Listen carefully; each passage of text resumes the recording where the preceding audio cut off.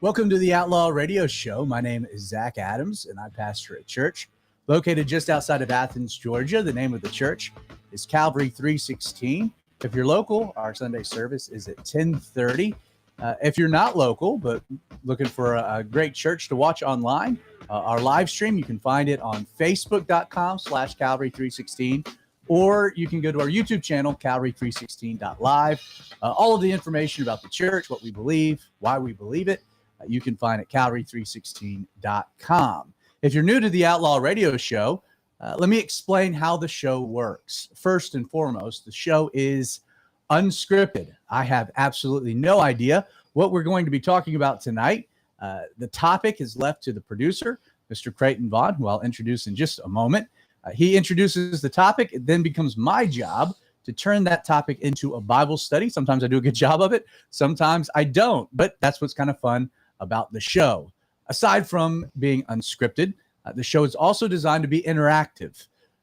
We live stream the recording of our podcast. So every episode of the Outlaw Radio Show is podcasted in its entirety, really on all major podcasting platforms, Apple Podcasting, Google, Spotify. You can find the Outlaw Radio Show.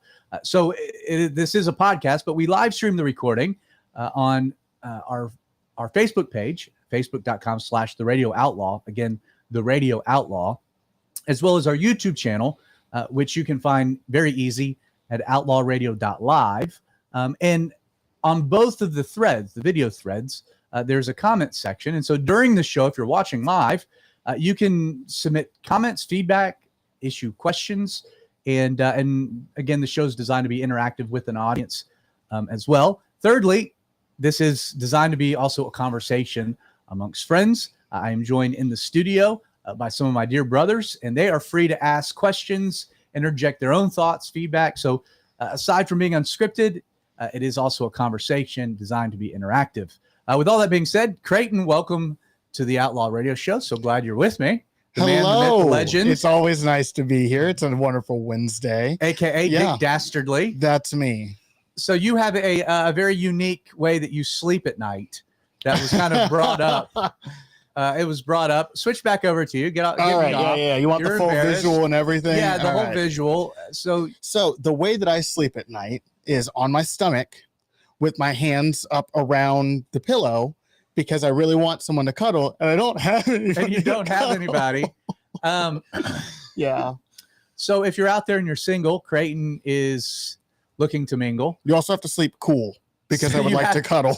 You have to be a vampire or very cold-blooded. So you're really looking for like 60-year-olds and above. Very, very cold-blooded. Anyway, before I get in trouble. Also joined by the three different amigos tonight. We've got two of our staples, Nick Monty and Spice Daddy. Fellas, welcome. Nice to be here. And then we're joined by another one of Nick's brother-in-laws, Mr. Kyle Parkin. Kyle, welcome to the Outlaw Radio Show. This is your first time joining this dysfunction. This dysfunction indeed. And so excited for you to be with us. And I think you'll be with us more often, right? Oh, yeah. Kind of the plan? Planning on joining much more often, yeah. So I got to kind of do a little shout out, a little plug here. So I went down, got sick, was out of the pulpit for the first 5.5 months of this year. And Kyle, who is our youth pastor, one of the elders of our church, stepped up and taught through the book of Ephesians. And I just kind of want to give a plug. It's fantastic. Verse by verse, chapter by chapter, taught through the whole book, wrapped it up this past Sunday. And so if you're interested for a great study through the book of Ephesians, please check out c316.tv, right, Creighton?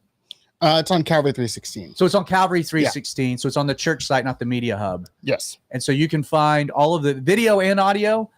I've got the video. I don't think that I ever split the audio. Okay, but it's just we've got the video. And so again, if you're looking for a great verse by verse study, if you're interested in the book of Ephesians, please check that out. I think you'll be blessed. I know for the studies that I was there for, the last few, I guess I was there for the end of chapter 4, chapter 5, and chapter 6. The good stuff. I was blessed by it, and I think anybody that's interested would be as well. You did a really good job with it, for sure. Agreed. No doubt. Before we get into today's topic, before Creighton lets us know, how you guys doing? Just a little feedback. Nick, you've been on like this long vacation with the boss out of town. Yeah, the boss been gone for 2 weeks, so it's been nice. And then he comes back and you go on vacation. And then I'm going on vacation Saturday for a week at the beach. So I'm in beach mode. So you're not going to be with us next week, but hopefully Deal Daddy Derek will be back. Yeah, you'll still have some relation to me being here. Some relation to you being here. And Justin, a.k.a. Spice Daddy. How you doing, brother? Same as always, am. Living the dream? Yeah, you know. Living the dream. All right.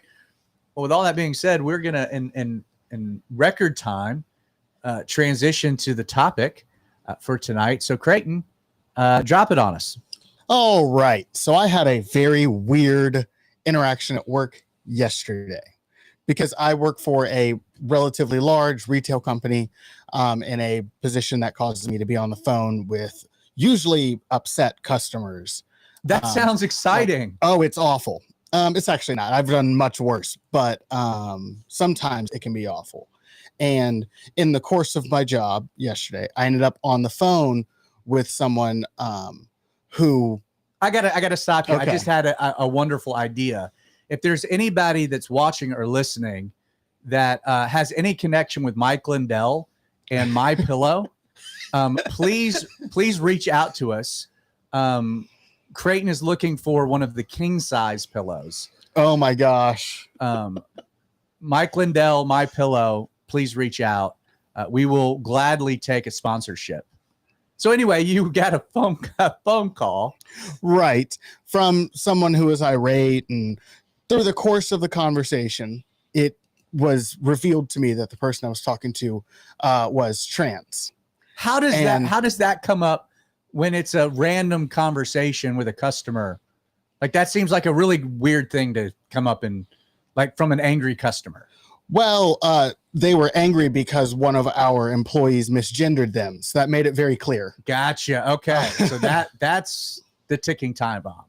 Right. So the conversation started. They introduced themselves as Miss. I called them ma'am, and it they didn't sound terribly off key. So I just, we went on with the conversation. It wasn't like Caitlyn Jenner that has like a serious dude voice. Right. And it wasn't like I was talking to The Rock in a wig either. Okay. Like, it was, although you might have been, it wasn't a FaceTime call, was it? No. So, I mean, you're really misgendering even then. Anyway, so I was having this conversation, whatever. And within minutes of them actually saying that they had been misgendered, they had started spouting all kinds of, they were using something called Stonewall, which is apparently a movement or an event that happened in Georgia in gay rights, and talking about trans rights and all of this stuff. And like in the moment, I just kind of went with them on it because I wasn't trying to get into a fight on my employer's time about whether or not I agree with them about being misgendered or not the point of the conversation. Right. Your job is to really diffuse it, right? My job is to diffuse it, find out whether or not autos or not auto, wherever I work, advanced auto, whether or not or Napa, we have missed a thing that we should have done, and then get them to the right person to deal with it, to rectify. I just went along with understood to diffuse it. And my question is, as a Christian, how far should we go in our own lives in dealing with people like in that scenario to quote unquote keep the peace before we are either doing more harm than good or just at that point talking what is essentially a lie? Like where's the line in terms of keeping the peace and aiding and abetting a sin, for lack of a better term? Well, you know what I mean? Yeah, that's a heavy topic, a loaded topic, but really I would say a relevant topic. I think it'll be more relevant like in the next coming months, years. 5 years ago, it was a fringe topic, and today it's way more mainstream than really ever before. Before I get to some thoughts and kind of, I'm going to try to seek to, again, turn this into a Bible study and look at the topic from a biblical perspective, just kind of generally throwing it out. Fellas, y'all have any just initial thoughts or maybe experiences that maybe y'all have had with the transgender community, maybe people that that have struggled with gender dysphoria? Again, it doesn't have to be anything necessarily like thought-provoking, but just some general thoughts that you might want to contribute before we kind of unpack it. We'll start with I'll just kind of throw it to you guys, whoever wants to jump in. Yeah, I gotcha. I've definitely had friends, people that I would consider myself close with, who have been, gay or whatnot, different genders or however you want to call it. And I don't know for sure if I may have handled it 100% right, but generally speaking, I would try to take the stance of friends, like loving a person, but also not doing anything that promoted those actions and those ideals. Now in my life, if I was to come in contact with that and be close with it, I think the very first thing you got to do is look at how Jesus reacted in the face of blatant sin, even if it wasn't recognized by the individual as sin. I think that's the first. Yeah, I would agree with that. You guys, Spice Daddy, you have any? Yeah, pretty much the same thing he said. I mean, I think one thing though is that oftentimes when somebody's in sin, they're going to argue more, and you're going to be more aggressive about that if you confront them. So I mean, Jesus didn't shy away from confronting somebody, but he's also God of the universe, so he kind of has some authority on it. Yeah, no doubt. So, what about you, Nick? Yeah, there's I was thinking about it, and there's like two sides to it for me. If it's someone then passing like a conversation I'm having, I'm just probably gonna be like Creighton was doing, is just talk to them, love them, understand and stuff the like that, context. understand the context, and move on, because I'm never probably going to see that person or talk to that person ever again. But if it's someone that's close to me, brother, sister, cousin, something like that, I'm probably going to I don't know how I'd act, but it's probably gonna be different than just someone passing Than a random. than a random person. So Then the checkout lady at Yeah. Publix. so I mean, I'm gonna be cordial with them, and I'm still gonna be cordial with the person I know, but there also is gonna be times that my faith is gonna speak for itself, and my words are gonna have different meanings and stuff like that. So, in order to unpack this particular topic, to get to the essence of your question of how should we as Christians, how should we handle, individuals that we might come across within the trans community? Now, did I kind of sum up the That's thrust basically of okay? So let me begin, and I hate doing this right from the beginning, but because this topic is so loaded, I do think it really is important to begin with a bit of a qualifier. I 100% believe, and I think that there is ample evidence that validates gender dysphoria as a very real medical condition. That it is a mental psychosis, that it's a real thing, that there are people, and we can debate at what age this, a person becomes aware. I think I really do resist anything pre-adolescent. But I do think that once you get into adolescence, when you get into puberty, that certain people end up having real issues where they're biologically a boy, and yet they feel as though they've been misgendered, that they're really a girl trapped in a boy's body, or vice versa. I think that's a real thing. I think that happens. I think that that's a genuine struggle that there are people that people experience. So I don't want to speak. I want to be compassionate to the fact that that is a real struggle and a real thing. I think that the way that we go about addressing that real thing is warped as a society. I think the way that we go about dealing with it causes more harm than good. I'll get to that in a moment, but I want to acknowledge that people really do deal with a real thing, and that to just trivialize or to minimize or to make fun of something that a person's really going through. Like, we don't make fun of people that are dealing with depression. We don't make fun of people that are dealing with real mental issues. There are real things that happen within the brain. And again, I'm not trying to come across very insensitive to it, but that's the ultimate diagnosis, like gender dysphoria, that there are people that believe their body is not in tune with who they feel themselves to be. That's a real thing. That happens, and we should be sensitive to that. I want to back up and kind of try to unpack this generally from a biblical standpoint. We live in a society that wants to say that there are many, many genders. In fact, whatever you decide your gender is what your gender is. I disagree with that fundamentally. I don't believe that we have the right to determine what our gender is, but that our biology does. And then taking that a step further, the creator of our biology is the one that determines our gender, and that we don't really have much of a say in that. That has, by the way, been the accepted position by secular scientists for 5,000 years. So that's not just a religious position. That has also been a scientific position by the secular minds of those throughout the ages. Where did this all begin? Well, in the book of Genesis, God created Adam. So God created man amongst the rest of creation. Man was a crescendo of creation, and man was given dominion over all. One of the first things, though, that God noticed about the man is that it wasn't good for man to be alone. We read of that in the Genesis record. Adam did not have a companion. There was none, the Bible says, that was compatible with him, which is an interesting word, the idea of compatibility.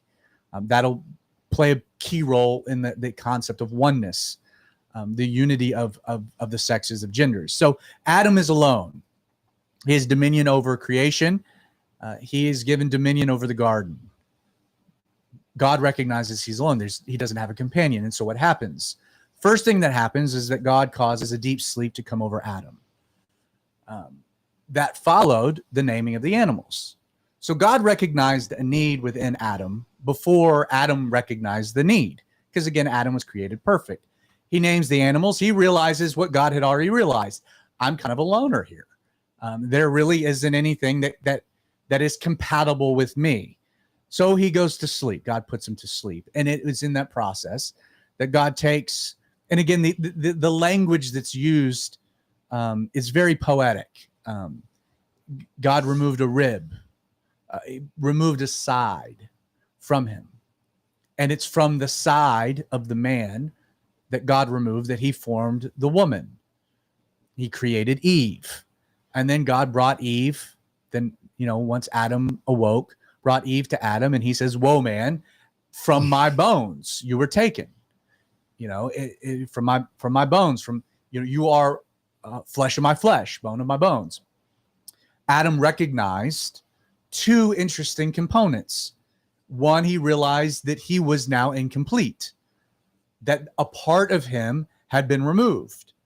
He was no longer whole, and that the part of him that had been removed, he now found in the woman. And thus we have the introduction of not just genders, man and woman, male and female, but we also have the fundamental explanation for the distinction of each gender, that it's that there is something fundamentally masculine that exists within maleness, and then there is something that exists within femaleness. Now, there's certain overlaps and whatnot, and I don't think it's appropriate to get overly dogmatic, but there is a big difference between men and women. And anybody that's a parent, I'm a parent of 3 kids, 2 boys and a little girl. I can tell you unequivocally that there is a massive difference between boys and girls, not just from a anatomy standpoint, but psychologically, sociologically, just the way that they operate. It was funny. I was talking to Kyle. Kyle. Killian is what, 4? 4. Yep. So you have a 4-year-old, and Mabel is 3, but she'll be 4 in November. So they're about 9, give or take 9 months apart. Right at 9 months. Yeah. And so today they went to the park, and because I'm handicapped and I have nothing to do, wherever my wife goes, I have to go. I follow. And so I went to the park, but I was just sitting there watching, Killian and Mabel play. And obviously there's a lot of similarities that they have, but there are some fundamental stark differences in the way that they play, the way that they talk, the way that they interact, the way that they react, the way that they deal with conflict resolution. It's funny, but I mean, there is, and none of that is taught to them. I reject the notion that gender is just a social construct.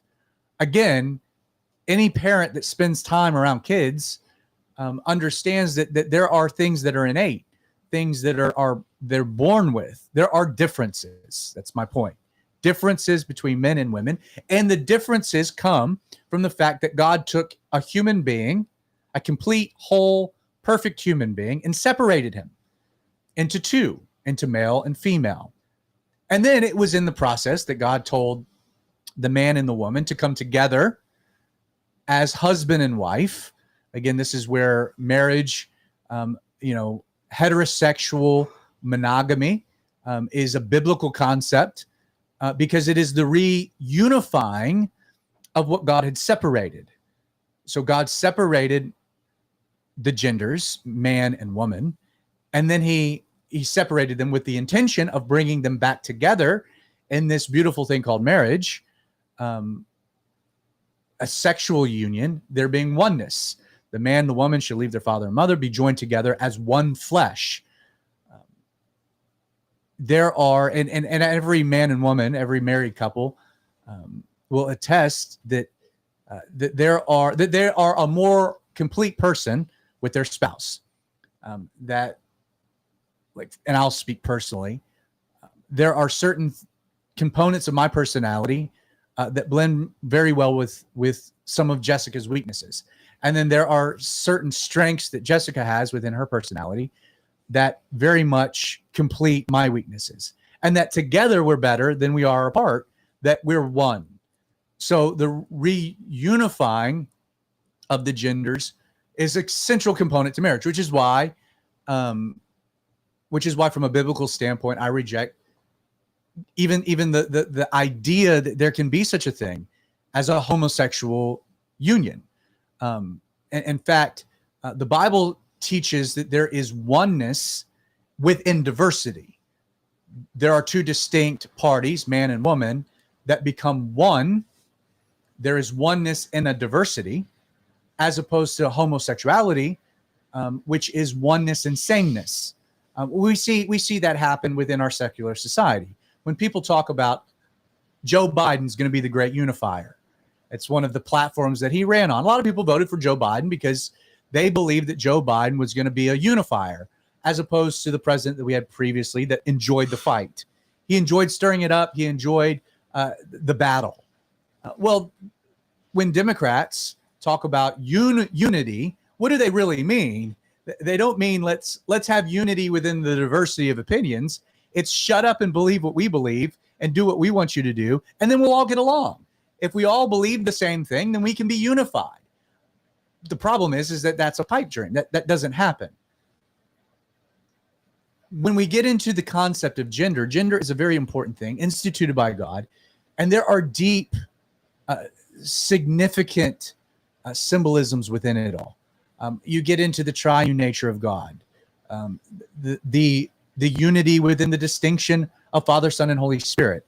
There's beauty within the oneness of diversity. Now, this is why I think it's interesting that following a secular assault on the institution of marriage, removing the definition of marriage from the religious sphere and codifying it within the state defining marriage, what immediately followed? What immediately followed was an attack on a biblical understanding, and I will go beyond the biblical understanding, a humanist understanding of gender, and that instead of gender being something that is assigned at birth, it's something that can be determined by the individual. I think that is a huge mistake, but it makes sense within our secular society why that would follow. Fascinating. I saw a documentary that pointed to some of the biggest lobbies, gay lobbies that advocated, pushed hard for years for gay marriage. When gay marriage when that passed by the Supreme Court, many of those advocacy groups operating in Washington, the lobbying groups, the immediate thing that they pivoted to, because they won the battle. They like the thing that they existed and raised money on was no longer something to raise money on because they won. Gay marriage was the law of the land. They immediately pivoted to trans rights, and that became the fundraising goal. That's why we've seen over the last 5 years this issue kind of come out of literally nowhere. It's been a very concerted thing. It's where they're raising money on. Such a small percentage of the population is dominating the conversation to the point that you'll get banned from Twitter if you hold to a biblical position on gender. Getting to your question. So with our understanding of gender, something instituted by God, what then is the cause of gender dysphoria? Because we have to have an explanation if we're going to provide anything helpful, or if we're going to understand how to handle the topic itself. Before I get to that, let me just pause for a second and throw it to you guys. Any questions about what I've talked about thus far, or any feedback, anything that you guys want to interject before I kind of make this hard pivot? Well, I'm saying making sense. Oh yeah, for sure. I mean, I have no arguments against it. Do we have to separate the secular world from the Christian world, though? I mean, yeah. In what way? Elaborate. So, I think I said this last week. It's like, how am I as a Christian? How am I supposed to expect a secular world to follow God's rules and God's laws? and the way he thinks he sets up to be. We're sinful in nature, and therefore, without God, we're going to go diving headfirst at running as fast as we can right into sin, as far away from God as possible. So it's to be expected that we would go from this stage to way over here real quickly as soon as you start taking God out of the equation. What I would say to that, and I agree with what you're with what you're getting to. First, I brought up the secular position just to illustrate the reality that what we have seen happen in the scientific world and in academia over the last literally few years is something that we can argue against even from a secular perspective. Like this has not been, it's so you have to take a step back. Like for years and years and years, the scientific consensus was that the earth was flat. And Galileo comes along and is like, I beg to differ. And he was called a heretic and was rejected. And then as the years progressed, what was scientifically seen as an anathema ended up becoming reality. It was like, oh, well, wait a second. This Galileo dude was onto something. And what we have always thought about the earth has been wrong. That was, a secular scientific conclusion. And that happens within science. When we're dealing with the topic of gender, I think it's important for us to acknowledge also just a scientific angle. For centuries and centuries and centuries, there have only been two genders. You know why? Because there's only two observable genders. There has been man and there has been woman, and that has been the scientific consensus. Well, we have people now saying, well, that's not true. So we have to take a step back and say, well, have we missed something scientifically for the last several millennia? Like the earth was flat, and we've evolved in our thinking and our understanding of the natural universe to the point that, okay, what we see with this gender dysphoria is actually evidence that there are other genders. So we should destigmatize this because, well, we've just learned something new about the human biology. The problem with that is that I don't think that there's any science to support it. I think the explanation for why gender has become this hot button topic is actually more of a rejection of God and God's dominion over man than it is scientific reasoning, which makes it kind of distinctly different from the flat earth, round earth type conversation. I guess that's where I'm getting at. Kind of like, so when I think about this kind of situation, I think of Lot and his wife and sitting at the gates of Sodom. Yeah. And that kind of stuff. It was that town, that city had gone so far and ran so far away from God that they were doing something so immoral that God judged it. Yeah. And so isn't that what we're as Christians to expect the world to do, that kind of thing?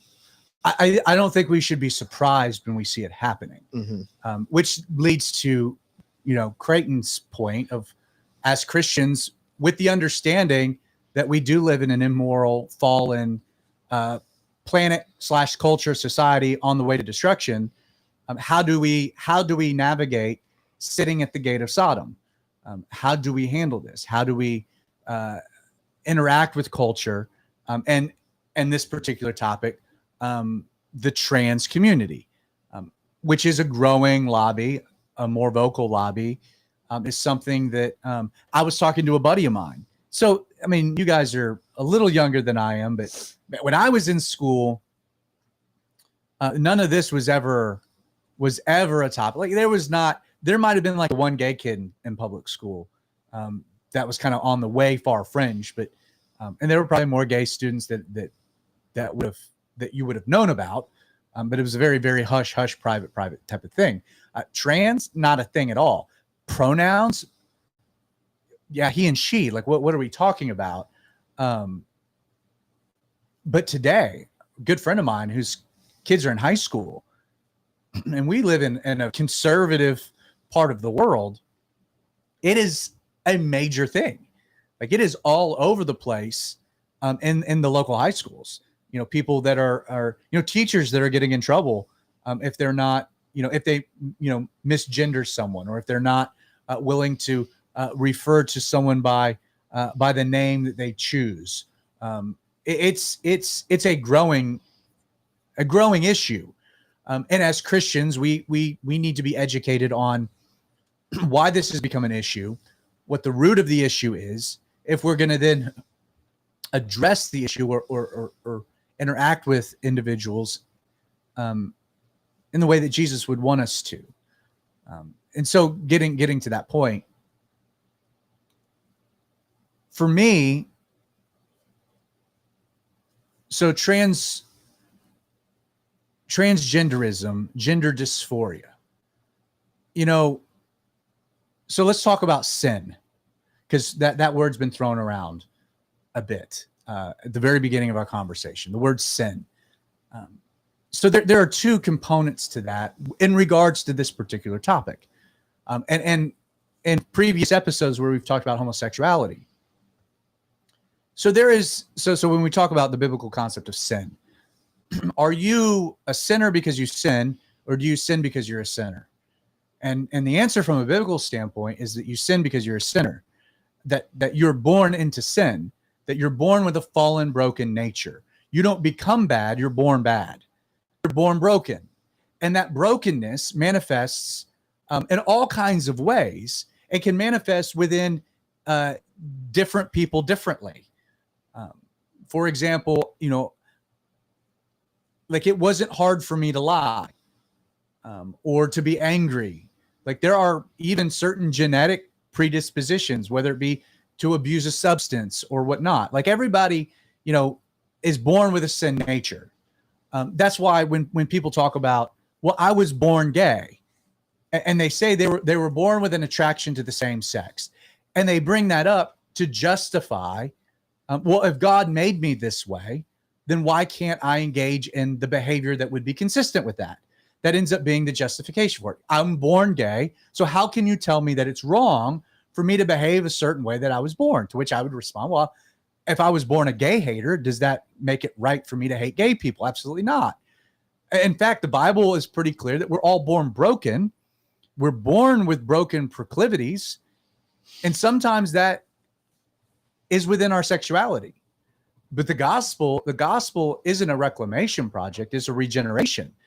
It's about new birth. It's about being born again. It's about being born into something totally different, not the way that I am, but in the way that God wants me to be. I think that that's an important idea and concept, especially when we're dealing with gender dysphoria, because, good grief, people that deal with this, there's a reason that there is a very high rate of suicide within this particular community. There is a real issue that's going on, a real mental psychosis that's occurring. For me to say, well, the fact that you're transgender means that you're somehow worse off than somebody else. No, it just indicates to me that this is kind of the particular brokenness that you're struggling with. And the gospel has a lot to say about that. Like, the gospel isn't about this, that, and the other. It's about taking what's broken and making it whole. And so, okay, you have this terrible thing going on where you feel like you're one gender trapped in another gender's body. That has to be terrible. So what's the remedy to that? Well, our world is saying that the remedy to that is to mutilate the body to reflect the identity. That we're promoting physical augmentation as a remedy to a mental psychosis. That's insanity. And we should call that insanity. That would be like telling an 11-year-old, a middle school girl that's dealing with depression, that the remedy is to cut herself. That somehow there's a physical remedy to something that's happening mentally within the individual.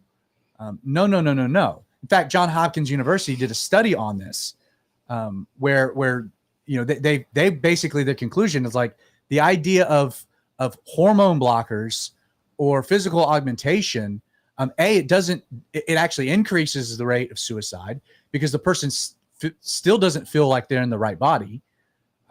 To her credit, Caitlyn Jenner has even talked about this, aka Bruce Jenner, and some of the regret that comes along, because there's certain things that are irreversible. But presenting physical augmentation as a remedy to a mental psychosis wouldn't be accepted in any other mental discipline, and yet somehow that becomes the remedy to gender dysphoria. For us as Christians, let's understand what's actually happening. This is a byproduct of brokenness. This is a byproduct of living in a sinful place, and this person is dealing with something very real, and they're suffering, and that should immediately fill our hearts with a lot of love, a lot of tenderness, a lot of compassion. That doesn't necessarily make the conversations easier. It just helps us identify the root, and the root is brokenness. It's fallenness. That being said, Creighton, you and I actually had this conversation a couple weeks ago about the trap of language, because I do think that this is kind of a mistake that the Christian community has made when it comes to the trans community. You can say, you can define your pronoun. So if I wanted to define my pronoun as a she, I have every right to do that in a free society.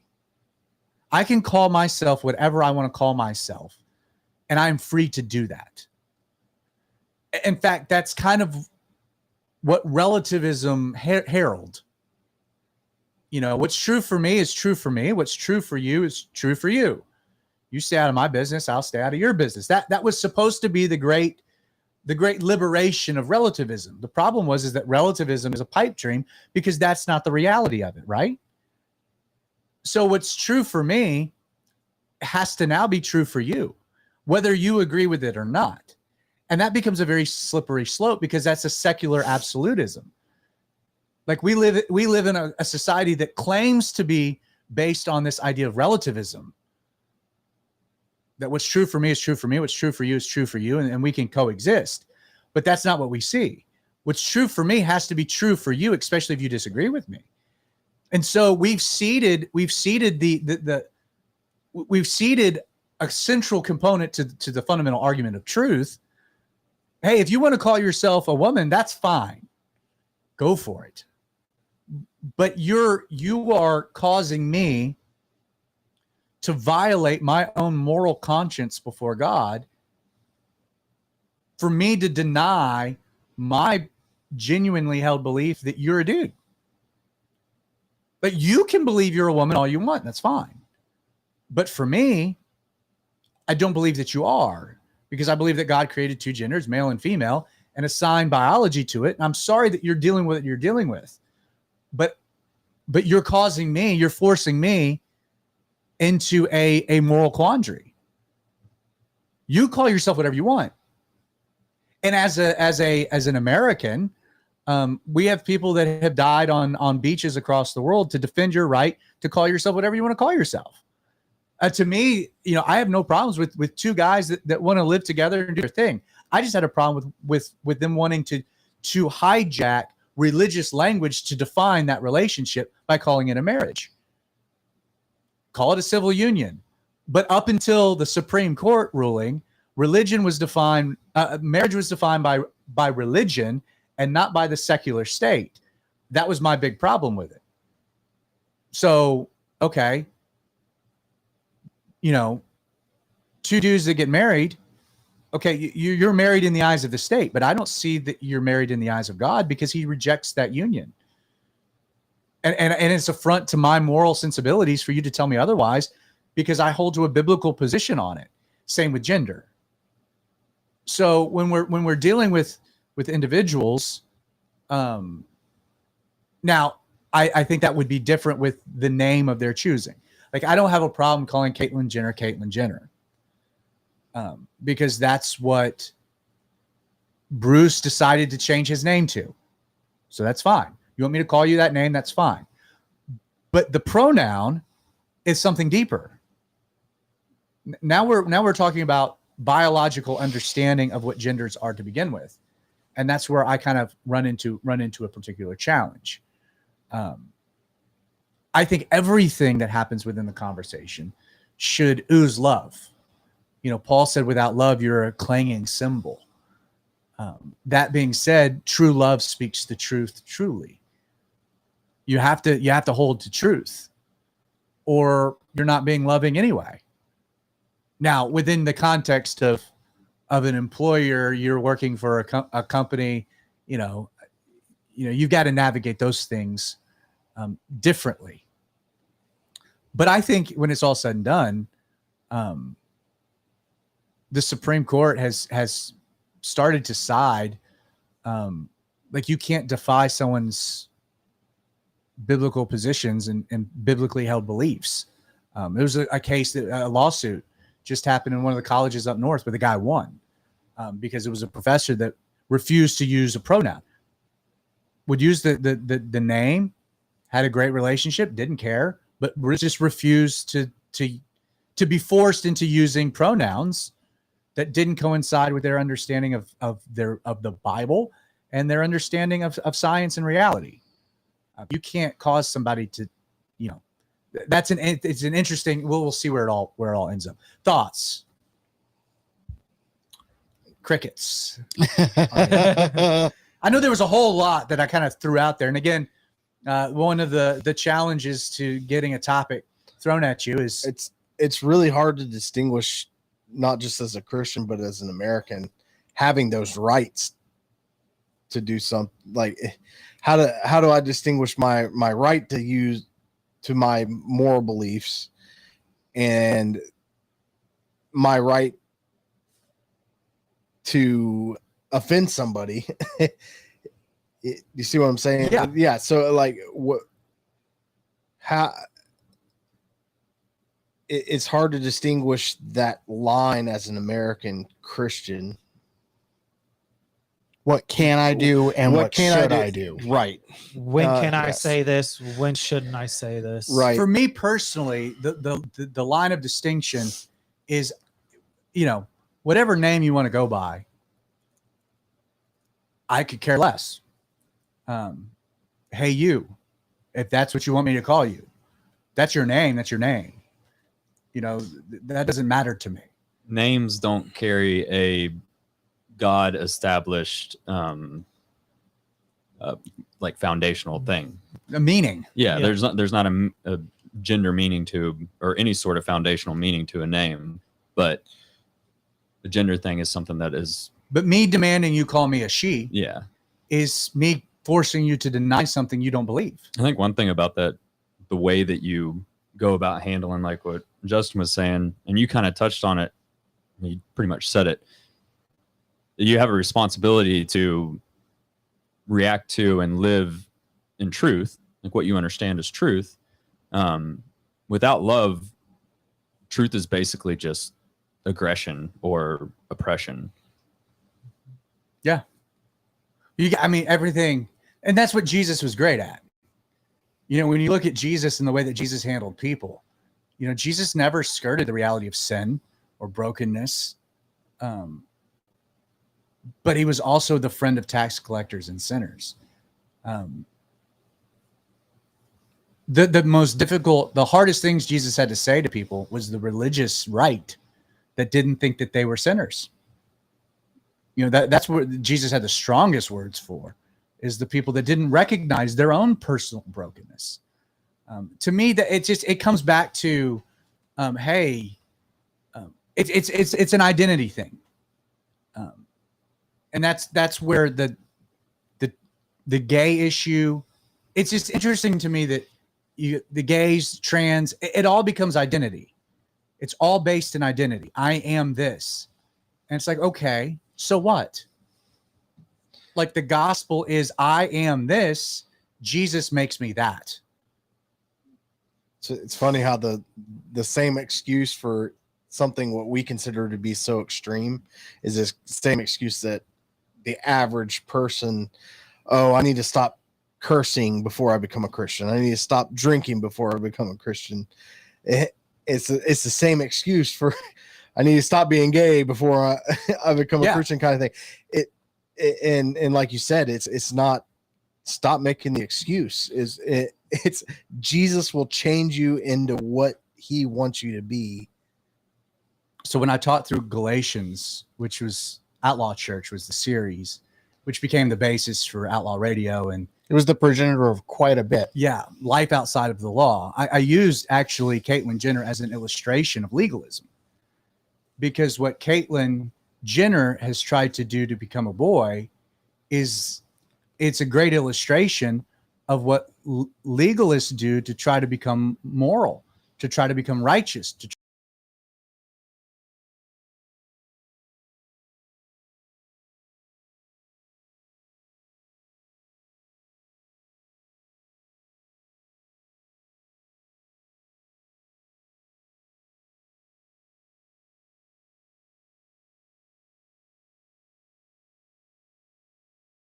just as deformed as those that are trying to make their body match what they feel inside. It's like, I mean, there's some really good plastic surgeons in this world. But there's no amount of plastic surgery that makes one gender into the other. It doesn't. Even the best attempts fail to change the inside. The parts, the chromosomes, the DNA. We're born a sinner, which means that there's no amount of outside augmentation that can ever change that. I have to be changed fundamentally from the inside. And then what happens is that then that reflects the outside. That's why you don't have to teach a little girl to be a little girl. They tend to act like a little girl. Why? Because they are a little girl. And little boys act like little boys because they are internally little boys, and that comes flying out of them, the majority of the time. When I'm made anew, when I'm born again, when I'm changed, when I'm transformed by the indwelling of the Holy Spirit, my righteousness then becomes a very natural byproduct of a new internal constitution. I've been changed, and that change begins to work its way out. I can never change the inside the opposite way, which to me is again just an interesting thing. When it's all said and done, and I could say right from the beginning that this whole transgender thing is an affront against God and God's dominion over man, and it's the height of hubris for man to now say, I determine what gender I am and God doesn't. I could say that from the beginning of our conversation, because I do think that is the undercurrent, the evil thread behind it all. Do I think a lot of transgenders are thinking that way? No, I think that they're dealing with a real internal issue that I think that there's a better remedy for, and that's Jesus and change and transformation, etc. So, Craig, what are your thoughts, bud? I find it interesting that you draw the line at the pronouns, because I feel the same way about pronouns that I do about their given name. Like I honestly couldn't care less. The way that I see it, I've take the same track as Ben Shapiro, I think. And he says that in person on a one-on-one basis, he'll use whatever pronouns, whatever name you want, because he doesn't want to be a jerk. But when it comes to speaking publicly or in any kind of official capacity about the deal, he sticks to, I think he sticks to whatever chosen name, but biologically correct pronouns. See, I would say that you forcing me to use pronouns, knowing that violates my core belief system, who's being the jerk? Yeah. Like again, it's very easy to say I'll just use whatever pronouns to keep the peace because I don't want to be called a jerk. But the problem is that when you abandon the biblical definition of gender, which I think Kyle kind of summarized it well, of like the difference between a name and a pronoun is that one has been given by parents or determined by the person, and the other is like a biological reality established by God. Like there's one that has a deeper foundation to. That's where like I think we've just made a mistake by getting boxed into this guilt that somehow I'm a jerk because I believe in the definition of pronouns. How does that make me a jerk? You see what I'm saying? Like that would be my difference, my differing of opinion with Ben Shapiro, who again is not a Christian and doesn't exactly share my worldview. He's a Jew. So we have some similarities in belief, but I disagree about the core problem of man, from Ben Shapiro as well. That makes sense. What I'm saying? Yeah, it absolutely does. It gives me a lot to think about, and fingers crossed, I don't have to deal with it in a while. But it gives me a lot to think about because I personally tend towards a heathen in a heathen land, go and do because I don't care. But I don't think that that's necessarily right in a lot of situations, which is why I like having people with you who have strong opinions about things. I will address that, just that one component of it, not to pick on you, but it's so easy to be like, oh, I don't care. I don't care. That's why I do it. It's easy. But I mean, I don't think you could have ever said that about Jesus. Where Jesus did something and his justification was, well, I didn't care. I think Jesus deeply cared about every person that he came in touch with. And that's why I think it's so important to get down to the issues, like that person that you talk to on the phone, is a person that is very lost and is really struggling with who they are. Does God exist? Am I created? Am I the byproduct of random chance? Why do I feel the way that I feel? Is there a remedy to this? Will I ever feel normal? Like that person is going through a myriad of very deep challenges. And there's a world out there that's yelling in their ear, it's okay to be the way that you are. You got to embrace this. In fact, here's these steps that you can take to make your body reflect this. Like that's the remedy, when there's no science to validate that or to back that up. In fact, that there's a lot of science to say that that's not the remedy. My point is, like, if we do care, then we do have to stand on truth, not to be a jerk or to be right to win the argument, but because that person we should care about. I think one thing you kind of touched on is it's so easy to demagogue or demonize like a group of people when it's all about the individual. And that's the way it was with Jesus.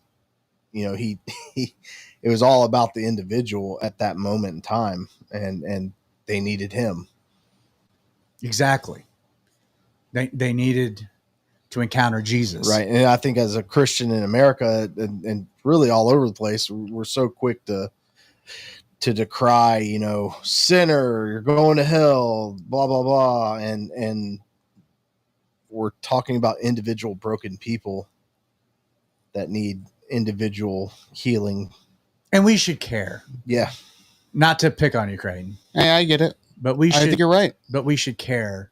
And I think, and here's the thing. I really do believe that if we care, that'll come across, even when we disagree. I'll give you a great example of it. Dave Chappelle has probably gotten more flack from the trans community than maybe any other person in the secular world. Mm-hmm. Again, Dave Chappelle, if you don't know, is a comedian, and he's had several bits about the trans community. And what was fascinating about his last Netflix special is that he told a story to close out his special about a dear friend of his, another comedian that was trans. And he cracked jokes about it, but like you could tell he cared. And that's what came across is like, you guys are bagging on me because I tell jokes, but like I care. And for the people that know me, they know that I can joke and have some fun with it, but I care. And to me, I think people, if they know you care, they can disagree with your positions, and it doesn't have to be a big thing as long as they know you care. So any final thoughts? Nick, you've been kind of quiet over there. Well, you hit the nail on the head for me when you were talking about they can think that they're it, she, him, whatever they want until they force that on you and make you do something that throws a wrinkle in your faith or makes you stumble or anything like that. Or defy your moral compass. Yeah. Moral compass or anything like that. It's just like, okay, well, there's a line. Like we were talking about the line. That's the line for me. Well, I would be here's the thing. I'd be very offended if somebody referred to me as a she. I'd be offended by that. I'd be like, but I'm not a she. Yep. Well, I believe you're a she. Yeah, but I don't believe I'm a she. So you just don't call me anything. Like the flip side to it is like forcing me to refer to you in a way that is defying you see what I'm saying? Like yep. It's who's the jerk? Yep. Who's militant? And again, I think you're very naive if you don't think that there is maybe more so than ever before a concerted effort to force onto Christians a contrary secular understanding of the world. It's Christian ethics that seem to be the most under attack or under assault. It's why Jesus' name is taken in vain and not Muhammad's. Nobody stubs their toe and says, Buddha or Hare Krishna. It's Jesus Christ. There is an attack on our beliefs, and we should understand that battle exists. And love people, care for people, speak truth in love, and not be a clanging cymbal. So, and this same argument can be made in other parts of the world, other religions. Someone's trying to argue their other religion, or different. There's so many different ways that we're not the only religion that believes in gender. Yep. Again, the irony of it. Well, anyway, fellas, thank you for being with me tonight. Kyle, again, welcome. Look forward to having you in the weeks ahead for sure. Creighton, thank you for the topic, my friend. Yeah, man. Bye, y'all. You've been listening to the Outlaw Radio Show. Again, if you're watching live, be sure to check out our podcast. Again, every episode is recorded. It's podcasted. If you're listening to the podcast and you've yet to watch our show live, every Wednesday night at 8 p.m., we live stream the recording of the show on both YouTube, outlawradio.live, as well as our Facebook page, facebook.com/The Radio Outlaw. Once again, my name is Zach Adams, and I hope you join me again this time next week. God bless.